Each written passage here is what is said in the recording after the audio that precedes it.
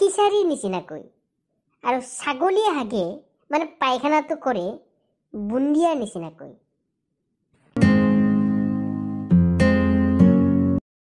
ছাৰজি আজি গছৰ তলত পঢ়াবলৈ আহিলে যে কিয় মানে? নোৱাৰি দে সদায় সদায় সেই ক্লাছৰুমটো সোমাই থাকিবলৈ। আজি অলপ প্ৰকৃতিৰ মাজত পঢ়ি চাওচোন, নে কি ক পুতু? ছাৰ কথাটো নোহোৱা নহয়, এনেকুৱা গছৰ তলত পঢ়াৰ মজাটো বেলেগ আকৌ। সেইকাৰণে ইয়ালৈ লৈ আহিছো তহঁতক আজি। বাৰু তেনে ছাৰজি আজিৰ পাঠভাগ আৰম্ভ কৰি দিয়ক। অ'কে প্ৰশ্ন কেইটামান আনিছো, কৈ যাবি তহঁতে দেই। ছাৰজি হুকুম কৰো আপ প্ৰশ্ন সোধক, উত্তৰটো আমি এনেই দি দিম ন। কথাটো পিছে নোহোৱা নহয়, ই কথাটো ভালে কৈছে ছাৰজি। আজি তই আহিছ নেকি পঢ়িবলৈ? হয় ছাৰজি। বাৰু তহঁতে কচোন, সাউথ ইণ্ডিয়ান চিনেমা তহঁতে বহুত চাওঁ বোলে, সাউথ ইণ্ডিয়াৰ এক্টৰ কেইটামানৰ নাম কচোন তহঁতে। ছাৰজি একটা অসমীয়া একটা ইংলিছ, আমি বাংলাদেশী নিচিনা লাগিছে ছাৰজি, শুদ্ধ অসমীয়াত কৈ দিয়ক। হ'ব দে, ঠিক আছে অসমীয়াত কৈছো তহঁতক, শুদ্ধ অসমীয়াত। দক্ষিণ ভাৰতৰ বিখ্যাত অভিনেতা কেইজনমানৰ নাম ক। ছাৰজি দক্ষিণ ভাৰতৰ অভিনেতা তো বহুত আছে, তাৰ মাজতো আছে ছাৰজি আলু অৰ্জুনা, আদা অৰ্জুনা, পিঁয়াজ অৰ্জুনা, এইবিলাক হব ছাৰজি। আলু অৰ্জুন, আদা অৰ্জুন, পিঁয়াজ অৰ্জুন এইবিলাক অভিনেতা? পুতু তই মানুহ মাৰি দিবি দেই। ছাৰজি থেংক ইউ। বাৰু এইবাৰ নেক্সট কুৱেশ্যনটো সুধো তহঁতক, কচোন অৰুণোদয় আঁচনি মানে কি ক। ছাৰজি অৰুণোদয় আঁচনি হয়েছে সৰকাৰে ইলেকশনেৰ আগত 2-3 হাজাৰ টাকা দিম বুলি ঘোষণা কৰা আঁচনিখনে হয়েছে অৰুণোদয় আঁচনি। বাপৰে বাপ, সাংঘাতিক কথা কৈ দিছ টিংৰা তই। অৰুণোদয় আঁচনি, বাৰু অৰুণোদয় আঁচনিৰ সুবিধা আৰু অসুবিধা কচোন কেইটামান ক। ছাৰজি অৰুণোদয় আঁচনিৰ সুবিধা আৰু অসুবিধাটো মই কৈ দিছোঁ। প্ৰথম সুবিধা হ'ল, সেই পইচাটো সোমোৱাৰ লগে লগে যিবিলাক ব্যক্তিয়ে পইচাটো অপব্যৱহাৰ নকৰি শ্বেয়াৰ মাৰ্কেট নতুবা মিউচুৱেল ফাণ্ড নতুবা SIP এইবিলাক কৰি পইচাটো ইনভেষ্ট কৰি থয়, তাৰ পইচাটো দুগুণ বৃদ্ধি হৈ যায়।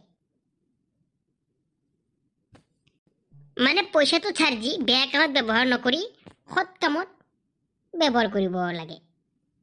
আৰু ছাৰজি অসুবিধাটো হ'ল ইয়াৰ, কিছুমানে ছাৰজি পইচাটো সোমোৱাৰ লগে লগে একাউণ্টৰ পৰা উলিয়াই আনি, মানে পইচাটোতো সোমাই মহিলাৰ বেংকৰ একাউণ্টত, কিন্তু কিছুমান মদাহী গিৰিয়েকে পইচাটো উলিয়াই আনি ডাইৰেক্ট ৱেইনশ্বপৰ পৰা মালটো আনি খাই আৰু ঘনীয়কে ৰাতি আহি মৰাটো হৈছে অসুবিধা ছাৰজি। বাহ টিংৰা, সাংঘাতিক সুবিধা অসুবিধা কলি দে তই, ভাল লাগিল কিন্তু। থেংক ইউ ছাৰজি। নেক্সট কুৱেশ্যন ভালকে শুনিবি দেই। কচোন বাৰু তহঁতিয়ে এনেকুৱা কি বেংক যিটো আমি পকেটত লৈ ঘূৰিব পাৰোঁ ক। ছাৰজি বৰ খাতৰা প্ৰশ্ন সুধিছে দেই। মাকসাই কি বেংক পকেটত লৈ বেংক ঘূৰিব পাৰোঁ? এইটো না ষ্টেট বেংক হ'ব, না ইউনিয়ন বেংক হ'ব, না চেণ্ট্ৰেল বেংক অফ ইণ্ডিয়া হ'ব, না পাঞ্জাৱ নেশ্যনেল বেংক হ'ব? কি হ'ব এইটো? আচৰিত প্ৰশ্ন, বেংক আমি পকেটত লৈ ঘূৰিম? ছাৰ এইটো প্ৰশ্নৰ উত্তৰ মই দিওঁ নেকি? বাহ, তই কবি নেকি? দে বাৰু তই কচোন এইটো প্ৰশ্নৰ উত্তৰ। ছাৰজি সেই প্ৰশ্নটোৰ উত্তৰ হৈছে পাৱাৰ বেংক, কাৰণ পাৱাৰ বেংকটো আমি পকেটত লৈ ঘূৰিব পাৰোঁ।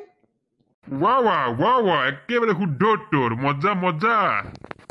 বাৰু এইবাৰ তহঁতৰ লাষ্ট কুৱেশ্যন, উত্তৰ দিবি। কচোন গৰু আৰু ছাগলীৰ মাজত পাৰ্থক্যটো কচোন বাৰু। ছাৰজি গৰু আৰু ছাগলীৰ প্ৰথম পাৰ্থক্যটো হৈছে ছাৰজি ছাৰজি গৰুৰ নেজডাল হৈছে দীঘল আৰু ছাগলীৰ নেজডাল হৈছে চুটি প্ৰথম পাৰ্থক্য কেনেকুৱা হৈছে বেলেগ পাৰ্থক্য বিচাৰি নাপালি আৰু বাৰু হ'ব দে আৰু এটা কচোন বাৰু ছাৰজি 2 নম্বৰ পাৰ্থক্যটো মই কৈছোঁ ছাৰজি গৰুৰ ছাগলীৰ দ্বিতীয়টো পাৰ্থক্য হ'ল ছাৰজি গৰুৱে হাগে খিচাৰীৰ নিচিনাকৈ আৰু ছাগলীয়ে হাগে মানে পায়খানাটো কৰে বুন্দিয়াৰ নিচিনাকৈ হেই মৰাহত পাৰ্থক্য বিচাৰি পোৱা নাই তহঁতে আৰু ক'ৰ চুটি নেজ ক'ৰকে হাগা এইবিলাকে বিচাৰি পাইছ হা মাকচকলাই ছাৰজি এই বুৰ্বকবিদে যি কথা ক'লে যি উত্তৰ দিলে মোৰ সন্মানটো খেদালে বেলেগ একো নাই ছাৰজি মেইন উত্তৰটো মই দি আছোঁ যিটো খাতৰা একদম মজা একদম সাংঘাতিক হ'ব উত্তৰটো শুনিব আপুনি ছাৰজি সেইটো হৈছে ছাৰজি গৰুৱে দিয়ে গৰু পোৱালি আৰু ছাগলীয়ে দিয়ে ছাগলী পোৱালি আৰু সেইটো যদি ওলোটা কৰি দিওঁ গৰুৱে কেতিয়াও নিদিয়ে ছাগলী পোৱালি ছাগলী কেতিয়াও নিদিয়ে গৰু পোৱালি কেনেকুৱা হ'ল পাৰ্থক্যটো ছাৰজি মই মিলিছেনে অলপ বা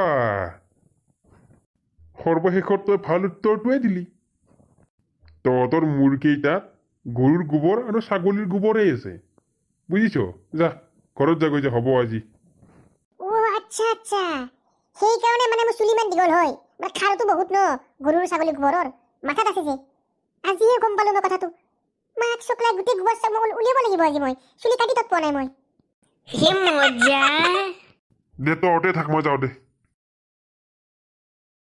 নমস্কাৰ তেনে আজিৰ ভিডিঅ'টো ইমানতে সমাপ্ত কৰিলোঁ যদি ভাল লাগিল চাই লাইক কমেণ্ট শ্বেয়াৰ আৰু ছাবস্ক্ৰাইবটো কৰি দিব মজাকে